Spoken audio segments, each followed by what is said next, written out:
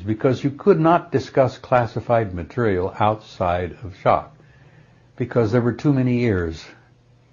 Sure. We were having a problem in those days, and let me give you another little side bit here of history.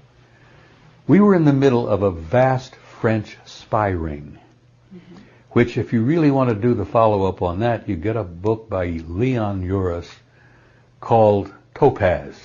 Oh, cool. Yeah. It was made into a movie. That's right. Uris laid it out. A French spy ring was going on in Paris. I was there at the time, and we'd find French Air Force officers. We found a French general one time in the woods outside of Shape with a bullet hole in his head. Guys were jumping out of apartments in Paris. It was a major scandal. De Gaulle was the president.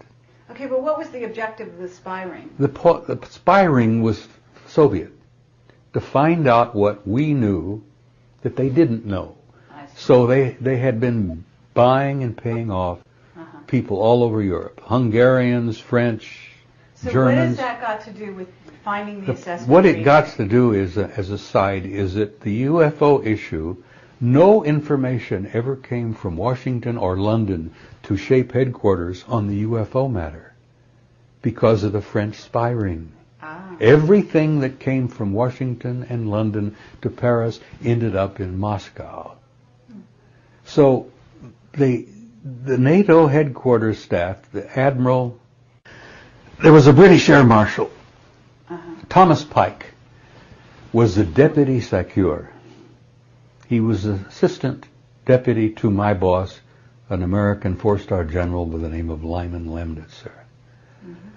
Sir Thomas Pike, after the incident in February of '61, said, "We're going to have to figure what the hell's going on here. We're getting nothing from Washington or London on this issue. We ask, they don't send anything. We ask them for information and insight on these objects. Who are they? What's happening? Nothing." Well, nothing was because everything that came from Washington and London ended up in Moscow, thanks to the French, the Hungarians, and the Germans and all. So the study was initiated strictly as a military idea to conclude what the hell was happening for us here. Is there a threat, yes or no? They concluded apparently not, because these guys had been coming and going for a long time. The History Annex took it back a couple of thousand years. The records, the photographs, the drawings, the paintings, it was unbelievable material. This was all just wild for me, you see. Okay, but this is after World War II. Yes. This is after Germany had, we paperclip and... Germany was divided. Okay.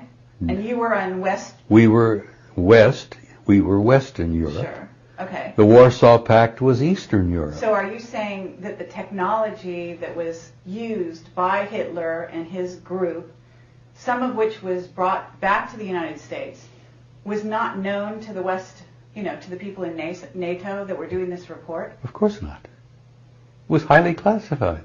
But it's a classified document.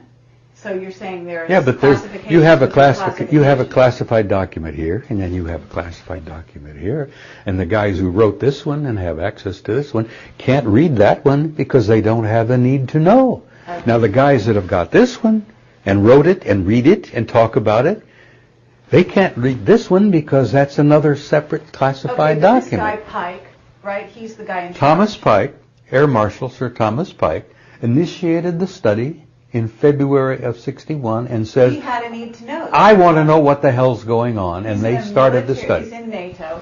There's some kind of animosity, I don't know, to this day between NATO, right, and the U.S. and... Honey, you should have seen the animosity that existed in Shape headquarters itself. Okay. It was so bad that the Greeks and the Turks wouldn't even walk on the same side of the corridor. Cyprus was an issue back then, still is. So we had Greeks and Turks snarling and frowning at each other, and we had the French. Oh, excuse me, bless their hearts. The French were a pain in the butt from the very beginning. Why? Well, first of all, de Gaulle hated the fact that Churchill and Truman had not given him the appropriate respect that he felt he deserved. one of the reasons that happened while I was there is that France withdrew from the military alliance. De Gaulle threw us out. We had to pack our bags and move the entire kit and caboodle from Paris to Brussels. And I was there at the time when it happened. Okay, now where are you reading the report before or after this happened? I'm reading the report in Paris. Okay. Shape was located at a little town called Chateau, Rocancourt, right outside of Paris. Right. Little old Napoleonic battle took place there somewhere.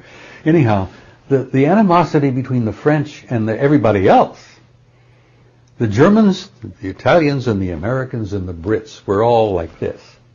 The French were over here. But you're saying that the guy who initiated the report is Pike? Pike.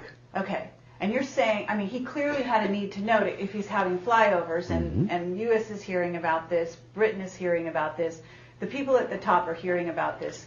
So he does this report on his own or something. That's what it's sounding like. I mean, he had a need to know, so theoretically he was a 5-star rank air marshal. Okay. He had authority to initiate a study like this, and he did. Okay. Where did it go from there? Do you know? Did it go to the U.S.? Did it go to Britain? No. It sat in a safe They somewhere? published 15 copies. Right. A copy went to the U.S. First, copy 1 went to the Secretary General of NATO. But you cannot imagine what an international headquarters is like. It's like a wasp's nest. As I said, the Greeks and the Turks were snarling at each other all the time. The French were always angry at everybody. Okay, so what are you saying? 15 copies? 15 copies were initiated.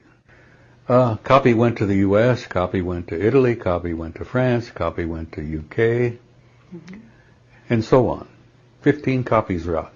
One copy, I think the 14th or the 15th, came right there in the vault at Shock. Okay. Reading material for the controllers, the full colonels who ran the 24-hour-a-day war room. So you weren't the only one that read it? Oh, no. No, we had an American Air Force general by the name of Robert Lee. Robert Lee read the thing. Okay. I got to know his aide fairly well. It was a lieutenant colonel. And inside the war room, we were a select group. We all had the highest clearance possible. The enlisted men and the officers mingled closely. The enlisted men the senior enlisted men, most of us were top, E7s or E8s, and a couple of E9s. So we mingled closely, and it wasn't on a first-name basis. There was always respect for rank. But when you work in a war room like that, and you work closely together over the years, you get to know each other pretty well. General Lee's aide told me, he said, when the old man read that story, or read that report, the assessment, he says it hit him like a truck, hit him like a ton of bricks. He told me that the general threw his hat across the desk and he says, do you know what the hell this means?